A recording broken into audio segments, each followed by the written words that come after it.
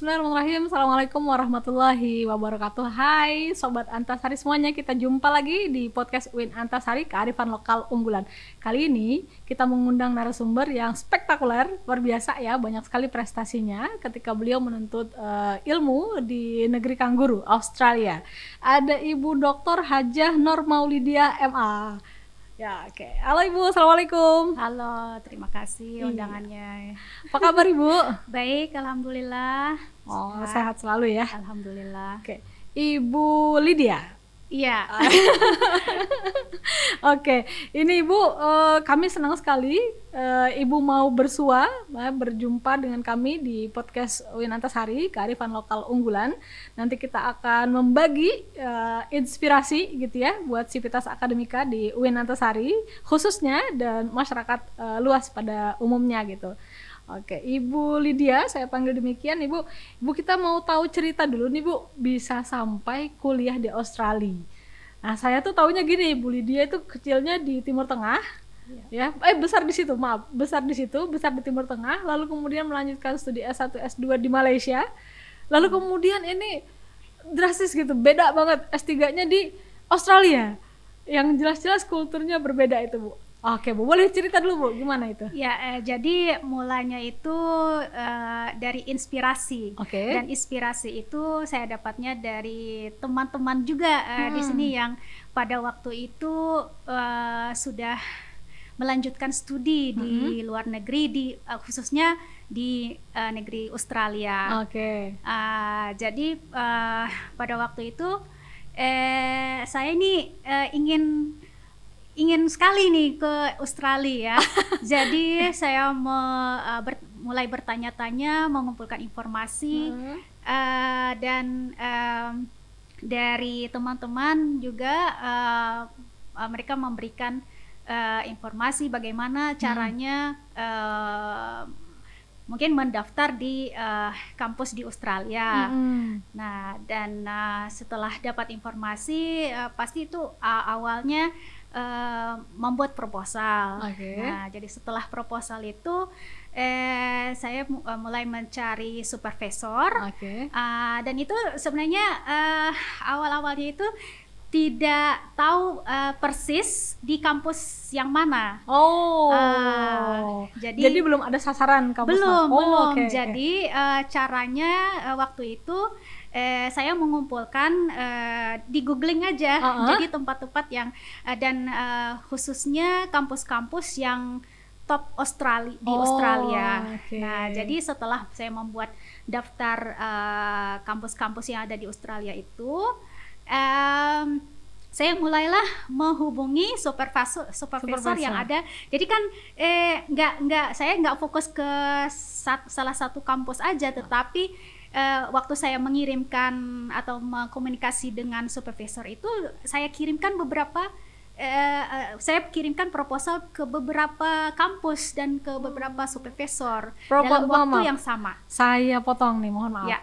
Proposal di sini maksudnya proposal disertasi. Iya, proposal disertasi. Oke. Ya. Pada akhirnya jatuh ke berhasilnya di? Nah, jadi waktu itu dapatnya di University of Newcastle. Newcastle, oke. Ya. Wah, ini luar biasa. Nah, jadi ceritanya begini. Jadi waktu itu kan saya mengirimkan email ke supervisor University of Newcastle itu, saya mendapatkan email balasan setelah 3 bulan. Saya kirimkan email. Ya, jadi alhamdulillah setelah itu prosesnya selama setahun, nggak cepat. Jadi selama setahun saya proses pengiriman komunikasi dengan supervisor dan berapa kali ditolak. Itu online oleh supervisor, dan ditolaknya itu bukan karena mungkin karena kualitas proposal ya, bukan, tetapi mungkin karena overload. Supervisor yang di sana overload, jadi mereka itu waktu itu tidak menerima bimbingan atau mahasiswa yang baru. Gitu. Berarti di situ bukan hanya asal membimbing ya, supervisor itu bukan terima terus gitu ya. Iya. Kalau overload maka mereka akan tolak. Iya, akan menolak. Oke. Durasi setahun tuh Bu, agak lama setahun. kan? Jadi itu awalnya itu pada akhir tahun 2015. Dan saya mendapatkan email balasan itu dari kampus University of Newcastle pada akhir tahun 2016. Lumayan juga. Iya, Iya. lumayan prosesnya. Prosesnya pertama nyari beasiswanya dulu gitu ya Bu ya? Bukan, saya target saya itu mendapatkan LOA dulu. Oh. Karena saya mendengar begini, yang sudah mendapatkan LOA itu nanti kalau mengajukan beasiswa itu kemungkinan besar akan diterima beasiswanya. Oke, ini seperti itu. Strategi menarik ini ya Bu ya. Nah, tapi harus sabar dulu karena kan tadi proses untuk oke. mencari supervisor itu tidak singkat ya. Nah, jadi ya. Oke, nah Sobat Antasari ini menarik nih strategi yang diterapkan oleh Ibu Lydia gitu ya. Kita mengejar kampusnya dulu, LOE-nya dulu yang kita temukan ya, letter of acceptance itu kita dapat gitu kan, itu justru malah memudahkan langkah kita untuk memperoleh beasiswa. Demikian ya Bu ya? Iya benar. Oke, ini strategi yang bagus nih. Jadi bukan ujuk-ujuk daftar beasiswa, tapi nanti kita nggak tahu kuliahnya kemana. Iya. Oke, Bu, ini kan Ibu tadi sampaikan pengen banget ke Australia. Emang ada apa sih Bu? Sebenarnya tidak terbayang sama sekali saya akan ke Australia, tetapi sangat termotivasi karena yang pertama itu dekat dengan Indonesia yang pertama, dan juga bahasa native bahasa Inggris. Dan memang saya ini dosen jurusan bahasa Inggris dan sangat ingin master bahasa Inggris, menguasai bahasa Inggris. Jadi ke sana kayaknya lebih pas gitu ya. Iya. Oke. Ini persiapan nih Bu. Kan nunggu setahun tuh bukan hal yang gampang juga. Ya, kan persiapan bukan hanya proposal saja.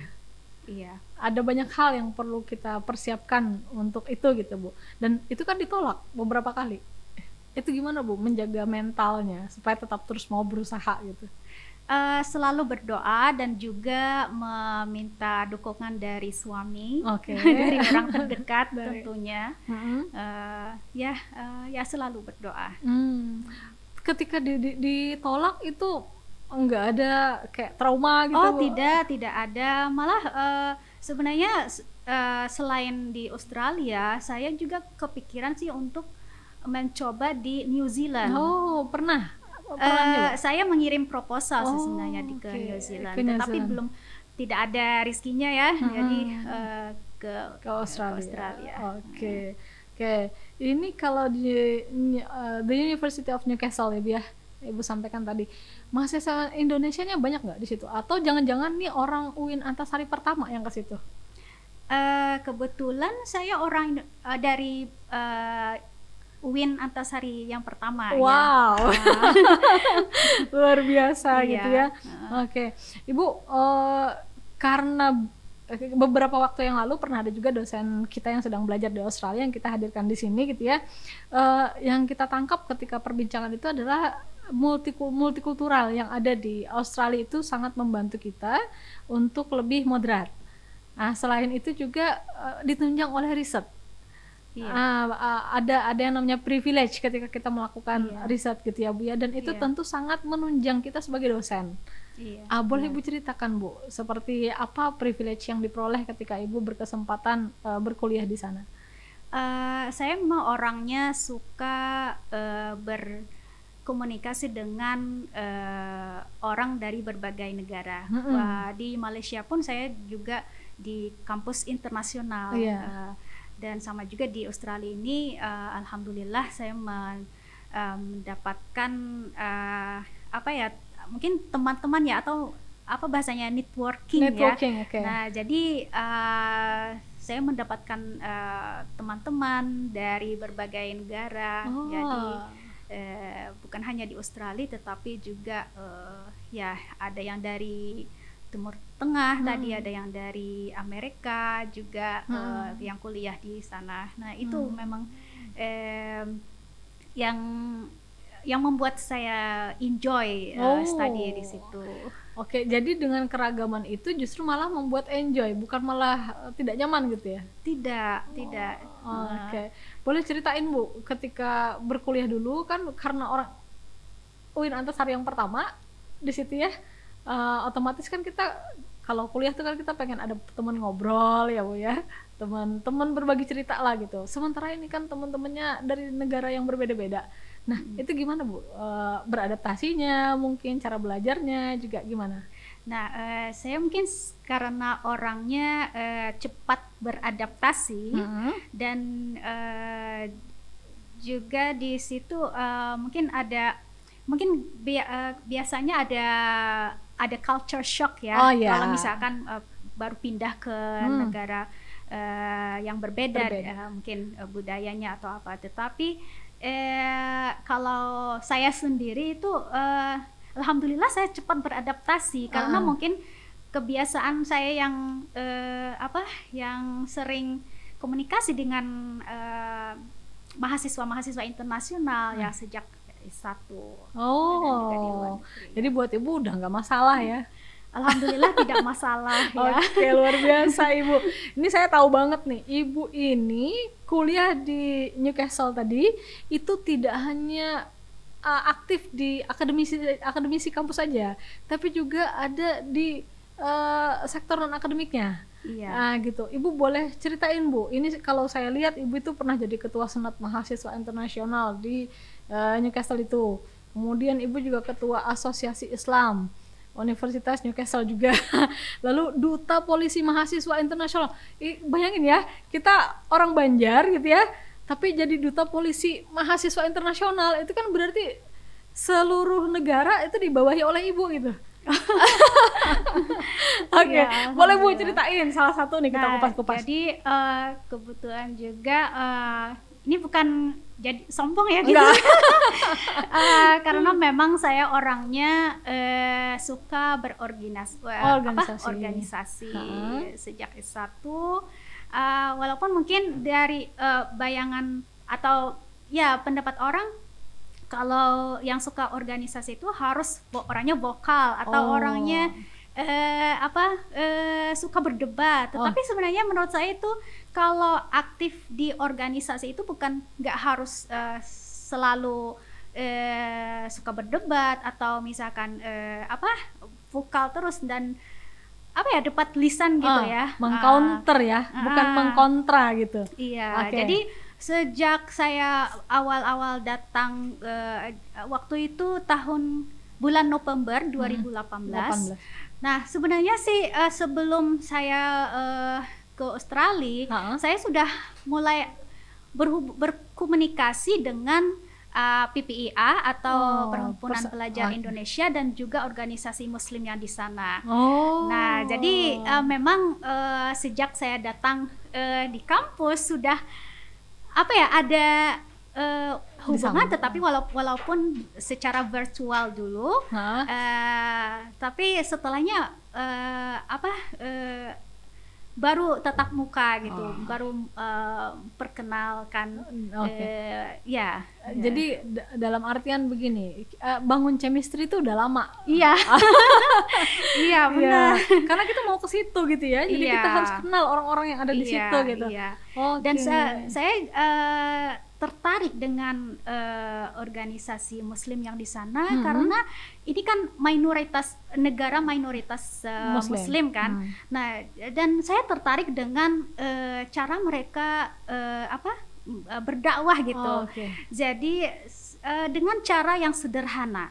Gimana, jadi misalkan mereka itu memperkenalkan agama Islam dengan cara misalkan kalau bulan puasa mereka mengadakan iftar dan atau buka puasa ya. Nah, iftar itu.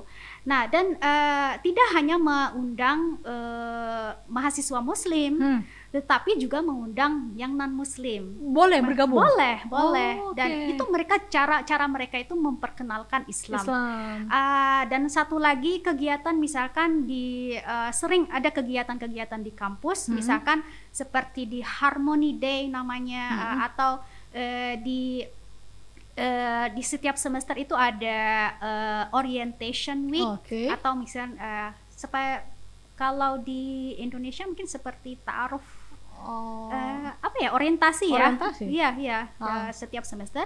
Jadi kan di situ ada mereka tuh secara sederhana mengadakan mungkin stand, dan di situ mereka mulai memperkenalkan, misalkan ada di sini brosur tentang Islam. Nah, jadi seperti itu. Jadi mereka tuh berdakwahnya secara ramah. Ya, ramah. Oh, ramah. Gitu. Ini penting nih, karena kan di era kita harus bersikap moderat ya, memahami aneka keragaman dan bisa membawa diri ya untuk bisa merangkul non muslim supaya simpati dengan kita gitu ya. Tidak dalam artian kita tidak berdakwah secara kasar. Kalau mereka suka ya silahkan ikut bergabung dengan kita. Kalau mereka masih belum srek ya tidak apa-apa juga gitu ya Bu ya. Oke. Menarik tadi yang iftar Bu, buka puasa bersama. Buka puasa bersama. Nah ini bayangan saya ya gitu, ketika iftar gitu mereka datang boleh makan bersama? Boleh. Oke. Gini, banyak yang ikut Bu yang non muslim itu? Banyak. Tapi tidak merasa misalnya terintimidasi gitu? Tidak. Ini ramah, juga terbuka dia. Terbuka. Ini berarti gini, asosiasi Islam itu anggotanya pun muslim di berbagai negara? Iya, benar sekali. Jadi muslim jadi berbagai negara, termasuk. Jadi secara otomatis mereka anggota karena karena semua muslim kan itu di nih paman saya begini, ibu ketuanya. Iya, dan itu kan berbagai negara gitu ya, dengan berbagai budayanya gitu ya. Misalnya kayak kita orang Banjar gitu ya, buka puasa biasanya pakai bubur tuh awal-awal gitu ya. Lalu kemudian kalau orang Bangladesh mungkin atau orang-orang Timur Tengah tuh korma. Kalau orang-orang agak Asia Selatan tuh pakai kare gitu ya Bu ya. Nah ini gimana nih menyatukan, kan dari segi makanan aja beda nih gitu, gimana Bu? Iya. Nah jadi buka puasa itu biasa aja, mereka itu sebenarnya tidak ada masalah dengan makanan. Dan itu sebenarnya ada budaya di kampus Australia itu, kalau kita mengadakan atau sebuah klub atau organisasi mengadakan sebuah misalkan makan bersama, itu harus dipastikan dulu mereka itu apakah vegetarian atau jadi itu harus tahu itu jenis makanannya yang mereka tidak bisa dimakan. Jadi kami sesuaikan. Sedetail itu? Iya. Oke. Ini Ibu kesulitan nggak? Ini Ibu jadi ketua asosiasi Islam, pesertanya itu muslim di berbagai negara gitu ya, yang kuliah di situ, dan Ibu juga dalam artian organisasi ini juga menampung non muslim yang ingin bergabung gitu. Ini kesulitan nggak membagi waktu antara kuliah S3, kan capek juga Bu? Benar sekali, tetapi karena kerja di organisasi itu sebuah hobi yang saya enjoy sekali. Jadi kan kalau merasa capek atau penat belajar studi terus ya di perpustakaan. Jadi saya mendapatkan kerja di organisasi itu healing ya. Healing aja. Healingnya ke situ aja gitu. Ya karena silaturahmi juga ya Bu ya, berteman dengan banyak orang. Oke, itu terkait dengan asosiasi Islam. Nah, Ibu ini juga ketua senat mahasiswa. Ini kan di waktu yang bersamaan itu Bu. Iya kan? Ini ketua senat mahasiswa internasional, lagi-lagi membawahi pelajar gitu ya, mahasiswa sedunia gitu yang ada di Newcastle. Itu gimana Bu? Nah, jadi kalau yang organisasi mahasiswa muslim tadi, alhamdulillah saya bisa jadi pengurus itu selama 4 periode. Kalau yang asosiasi mahasiswa Newcastle itu kan yang besarnya ya, mungkin di UIN ini seperti senat mahasiswa ya. Nah itu mungkin 1 periode. Jadi karena tertarik aja juga ya, karena ingin mungkin karakter saya yang ingin berhubungan dengan mahasiswa dari berbagai negara. Memang senang membuka jejaring networking tadi, jejaring sosial tadi, bagaimana terbangun gitu ya.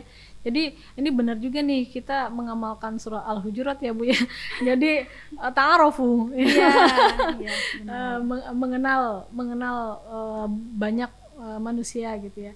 Oke, Ibu, ini satu lagi nih yang menarik saya, Duta Polisi Mahasiswa Internasional. Ini gimana nih Bu? Nah itu ceritanya karena mereka itu ingin mengadakan sebuah program di mana ada hubungan antara polisi yang di New South Wales itu dengan mahasiswa asing di kampus. Nah jadi kegiatannya itu apa? Misalkan karena ini tugas polisi itu memperkenalkan tentang misalkan memperkenalkan tentang bagaimana apa bahasanya itu gak apa, kalau bahasa Inggris coba apa namanya Bu? Nah jadi peraturan misalkan yang ada di Australia, karena banyak mahasiswa internasional, mereka tuh tidak mengenal itu. Misalkan kalau misalkan lagi driving, nah jadi di Australia itu harus memakai itu seat belt, sabuk pengaman gitu. Ya. Jadi kan polisi itu ingin membuat kegiatan-kegiatan yang seperti itu, jadi mengadakan workshop dengan seminar. Jadi untuk mengkoordinir itu, jadi harus ada seorang ambasador gitu, duta dari, Oke. Nah Ibu, jadi gini, dalam artian begini ya Bu ya, banyak mahasiswa Indonesia yang berkuliah di situ namun tidak paham aturan-aturan yang ada di Australia. Lalu kemudian polisi ingin ada jembatan nih yang bisa menghubungkan antara pemerintahan Australia dengan mahasiswa Indonesia yang ada di situ. Internasional yang ada di situ, supaya tidak banyak terjadi pelanggaran. Iya, benar. Oke. Lalu Ibu tertunjuk sebagai duta. Iya. Nah, dan saya bukan salah satunya sih, ada beberapa orang juga yang ditunjuk. Yang ditunjuk juga. Iya. Oke, ini kan luar biasa nih. Kalau duta itu kan berarti dia campaign. Dia mengkampanyekan kebijakan-kebijakan atau aturan-aturan yang ada di Australia. Itu kan berarti udah paham Australia banget, Bu. Gak gitu juga. Gitu kan. Oke. Nah Ibu, itu keaktifan Ibu banyak sekali, dan itu waktunya bersamaan. Iya. Selama studi. Iya. Lagi-lagi saya menanyakan, itu gimana ngatur waktunya buat kuliah? Kan kita mikirin disertasi aja pusing ya Bu. Banyak orang yang kuliah S3 gitu ya, itu tidak bisa membagi fokusnya karena tuntutan dari disertasi itu juga cukup tinggi gitu. Itu gimana Bu? Nah mungkin seperti yang saya sampaikan tadi, itu mungkin dari karakter saya yang suka berorganisasi, dan menurut saya itu kerja organisasi itu healing dan enjoyable, dan juga di kampus itu sebenarnya mereka itu sangat-sangat menghargai mahasiswa yang aktif di dalam non akademik. Jadi bukan hanya kampus itu tidak hanya menghargai pencapaian akademik, tetapi juga mahasiswa yang aktif dalam organisasi atau mungkin yang non akademik. Nah, kan beda nih Bu. Kan banyak orang nih aktif di organisasi tapi lupa tujuan kuliahnya. Atau sebaliknya, kuliah terus tapi tidak bisa bersosialisasi, nggak aktif organisasi sama sekali. Ini kan bagaimana cara kita menyeimbangkan, karena di satu sisi kan ketika kita selesai berkuliah kita juga kembali ke masyarakat, kita harus berinteraksi dengan orang lain gitu ya, kita harus memahami pola organisasi seperti apa, karena mau tidak mau organisasi itu adalah gambaran dari kehidupan kita di masyarakat. Begitu ya Bu ya? Nah, ini gimana nih Bu? Mungkin ada pesan-pesan buat mahasiswa kita atau sivitas akademika kita gitu ya, bagaimana caranya mengatur waktu sehingga organisasi itu tidak mengorbankan perkuliahan, atau kuliah itu tidak membuat egois lalu kemudian tidak mau berorganisasi? Nah itu boleh Bu disampaikan. Ya mungkin time management ya, time dan juga management. planning yang tepat. Oke. Time management misalnya kayak gimana tuh Bu? Ya mungkin ada mengkhususkan waktu kapan yang waktu belajar dan juga ini untuk terkait waktu belajar itu kita harus tahu itu waktu atau jam belajar yang tepat bagi kita itu kapan. Misalkan saya sendiri ya itu sukanya itu belajar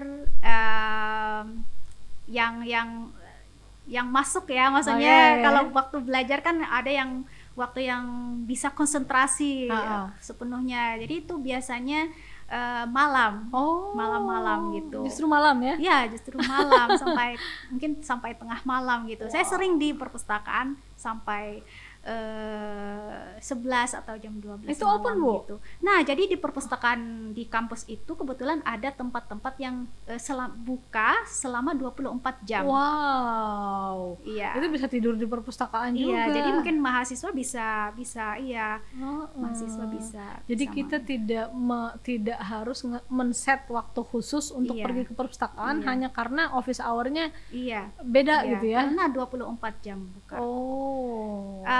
Tidak seluruh perpustakaannya ya, tapi maksudnya di dalam perpustakaannya itu ada tempat yang buka untuk mahasiswa selama 24 jam.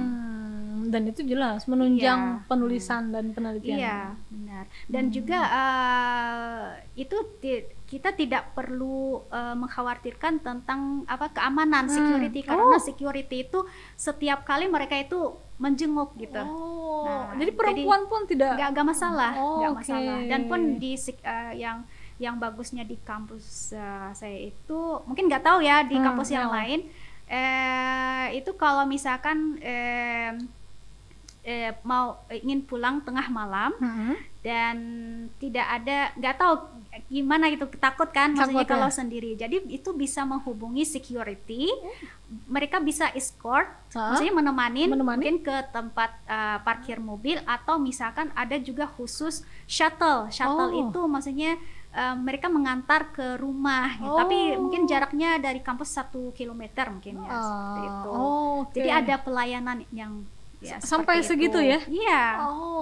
Wah itu sangat menunjang sekali ya Bu. Udah gitu alamnya bagus gitu ya buat belajar. Pemandangannya bagus. Australia itu bagus sekali pemandangannya Bu ya. Oke, itu terkait dengan keaktifan. Jadi tadi Ibu bicara tentang time management, lalu kemudian yang kedua Ibu bilang timing yang tepat. Iya, timing yang tepat ya tadi, maksudnya belajar mungkin ada yang suka belajar pagi sekali atau subuh setelah mungkin sebelum subuh. Jadi tergantung orang. Ya masing-masing. Setidaknya kita sebagai pembawa diri itu harus tahu ya. Iya, harus tahu. Kedua hal itu. Kita harus kenal diri kita dulu. Iya, harus kenal. Oke. Nah, Bu, ini dengar dapat penghargaan juga nih. Iya. Alhamdulillah. Ini yang ngasih penghargaan bukan Indonesia, kawan-kawan semuanya ya. Ini yang ngasih penghargaan di sana ya. Oke, Bu boleh ceritain Bu. Nah, jadi ceritanya begini. Jadi kan saya itu bukan target ya, maksudnya aktif organisasi itu bukan targetnya untuk mendapatkan award itu atau penghargaan ya, tapi kebetulan waktu itu ada di asosiasi mahasiswa Newcastle itu kami ada manajer. Nah, manajer ya mungkin orang, jadi staff di kampus Yuan. Jadi seorang manajer, dan manajer itu menawarkan bagaimana kami ingin nominasi kan saya ke penghargaan ini. Nah, jadi sebenarnya sebut aja Bu penghargaannya. Jadi waktu itu ada 2. Jadi ada yang dalam kampus, ada juga yang di luar kampus. Di dalam kampus itu namanya Student Engagement Award. Student Engagement Award. Dan yang satunya itu di luar kampus itu namanya New South Wales International Students Award. Nah, tetapi untuk New South Wales International Students Award itu mungkin tidak sampai ke finalis ya. Tapi saya cukup bangga karena nominasinya tuh dari kampus. Nah itu yang saya buat saya senang dan juga terharu gitu. Kan bersaingnya internasional. Iya, dan alhamdulillah juga menang untuk mendapatkan award di dalam kampus. Nah, Ibu dapat award di kampus. Gini, kalau kita sebagai bagian dari UIN Antasari, saya sangat berbangga. Dalam arti yang pertama, Ibu orang yang mengawali langkah UIN Antasari ke situ, gitu. Terus mengetuai banyak organisasi. Udah gitu, dapat penghargaan lagi. Itu gimana rasanya, Bu? Ya, alhamdulillah juga bangga. Bisa dideskripsikan mungkin, Bu, gimana sampai bisa mencapai itu, walaupun tadi awalnya kan ya kita mengabdi saja, tidak ada bayangan mau dapat achievement dan lain sebagainya gitu. Ya bangga sekali. Dan juga saya merasa dapat membanggakan UIN juga. Alhamdulillah. Itu kan saingannya internasional kan? Iya. Sampai terpilih di student engagement. Ya, student engagement itu di University of Newcastle. Itu yang dalam kampus ya? Iya, dalam kampus. Kalau yang di luar kampus tadi? Yang di luar kampus tadi kampus mengirim nominasi, tapi mungkin belum sampai ke finalis ya. Tapi masuk nomini. Iya, masuk nomini. Itu kan juga luar biasa di antara sekian banyak mahasiswa, lalu kampus mengirim. Iya, dan itu yang membuat saya bangga karena kampus yang menominasikan. Ini luar biasa. Kita juga Sobat Antasari semuanya kita patut berbangga ya dengan capaian dari Ibu Dr. Hajah Nur Maulidiah MA ini gitu ya. Prestasinya bukan diukur dari Indonesia saja tapi juga internasional, dan itu bisa diadu gitu ya dari berbagai students atau pelajar yang ada di mahasiswa yang ada di Australia. Ibu, nih kalau kita bicara akademis ya, biasanya kan ada tugas akhir. Kalau dokter kan disertasi. Nah, Ibu ini dosen tadris bahasa Inggris. Boleh Bu ceritain disertasinya dulu mengangkat tema apa gitu? Ya, saya mengangkat tema English as a Foreign Language, source-based writing. Nah, itu jadi berhubungan dengan jurusan bahasa Inggris ya. Jadi saya meneliti tentang pembelajaran writing di kampus-kampus Indonesia, dan khususnya di Kalimantan Selatan. Nah, nah Ibu, kan berarti Ibu gini, memotret ya Bu ya, bahasa kita memotret pembelajaran bahasa Inggris yang ada di Kalimantan Selatan. Dari kita meneliti itu kan kita bisa mengkritisi ya Bu ya. Kita bisa dapat. Bu boleh bagi sedikit Bu bocoran dari disertasinya gitu. Apa yang Ibu peroleh dari penelitian itu? Nah, ya, jadi hasilnya itu mungkin salah satu hasil ya, yaitu berhubungan dengan penggunaan artificial intelligence, AI.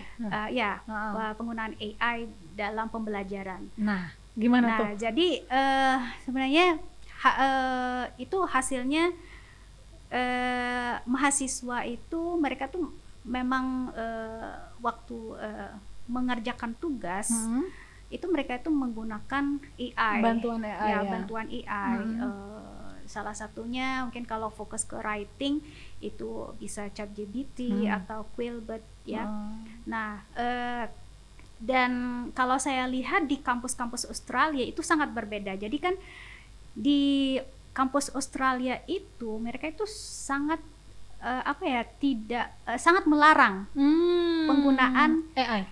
Bukan penggunaan AI secara umum. Tetapi penggunaan AI untuk jadi gini, mereka itu memperhatikan tentang academic integrity. Itu penting. Nah, jadi penting ya academic integrity sama honesty tadi. Kejujuran ya. Kejujuran, iya. Jadi kebetulan di kampus saya itu misalkan ChatGPT ya, mungkin tidak mungkin di waktu sedang saya mengerjakan itu tidak dibolehkan menggunakan ChatGPT. Jadi mereka tuh membuat peraturan,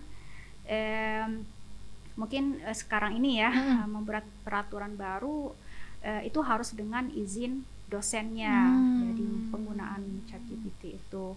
Nah, dan itu memberikan gambaran. Kalau saya bandingkan dengan konteks yang di Indonesia ya, kalau di kampus-kampus Australia itu mereka itu memperhatikan sekali tentang academic integrity itu, dan tidak kalau sesuaikan dengan konteks di Indonesia itu kayaknya agak sulit, untuk melarang mahasiswa untuk menggunakan AI tadi. Nah, jadi mungkin dari rekomendasi disertasi saya yaitu bagaimana kalau kita membuat pembelajaran atau misalkan kurikulum atau silabus yang di mana kita menggunakan AI dalam pembelajaran, dan itu harus kontrol. Iya. Oke. Nah, ini kan adanya kehadiran berbagai aplikasi dan lain-lain itu ya, yang bagian daripada AI itu kan jadi membuat orang itu bermental menggampangkan. Iya. Misalnya begini, ngapain capek-capek belajar bahasa Inggris? Orang ada Google Translate. Ngapain capek-capek belajar grammar? Orang ada AI. Nah, gitu ya Bu ya. Nah, ini integritas yang Ibu maksud ya, kita harus menjaga integritas dan kejujuran seperti yang diajarkan oleh kampus-kampus yang ada di Australia. Oke. Ini sulit ya Bu diterapkan di Indonesia? Iya. Jadi itu rekomendasinya ya, kita harus membuat pembelajaran yang sesuai dengan konteks kita. Kan kita tidak bisa melarang 100% juga penggunaan AI, tetapi kalau kita memasukkan AI di pembelajaran itu harus memang dikontrol. Nah, kalau yang mengontrol itu kan harusnya bisa dosen atau guru gitu ya, kalau di sekolah. Ini kan berarti dia harus punya kapasitas yang mumpuni juga mengenal AI tersebut. Iya, benar. Kan malah bisa jadi murid atau mahasiswanya lebih pintar menggunakan AI daripada gurunya sendiri. Benar sekali. Gimana Bu itu tanggapan Ibu? Jadi tadi rekomendasinya dari disertasi saya itu bukan hanya mahasiswa yang seharusnya mereka mempelajari tentang AI, tetapi juga dosen-dosen yang mengajar. Oke. Dan calon mahasiswa-mahasiswi UIN Antasari, ayo tekadkan hati gitu ya untuk tetap memilih UIN Antasari. Demikian podcast kita pada kali ini. Terima kasih kami sampaikan kepada Ibu Dr. Hajah Nur Maulidiah MA. Semoga sukses selalu, sehat dan diberkahi Allah. Jumpa lagi di podcast UIN Antasari, Kearifan Lokal Unggulan. Assalamualaikum warahmatullahi wabarakatuh.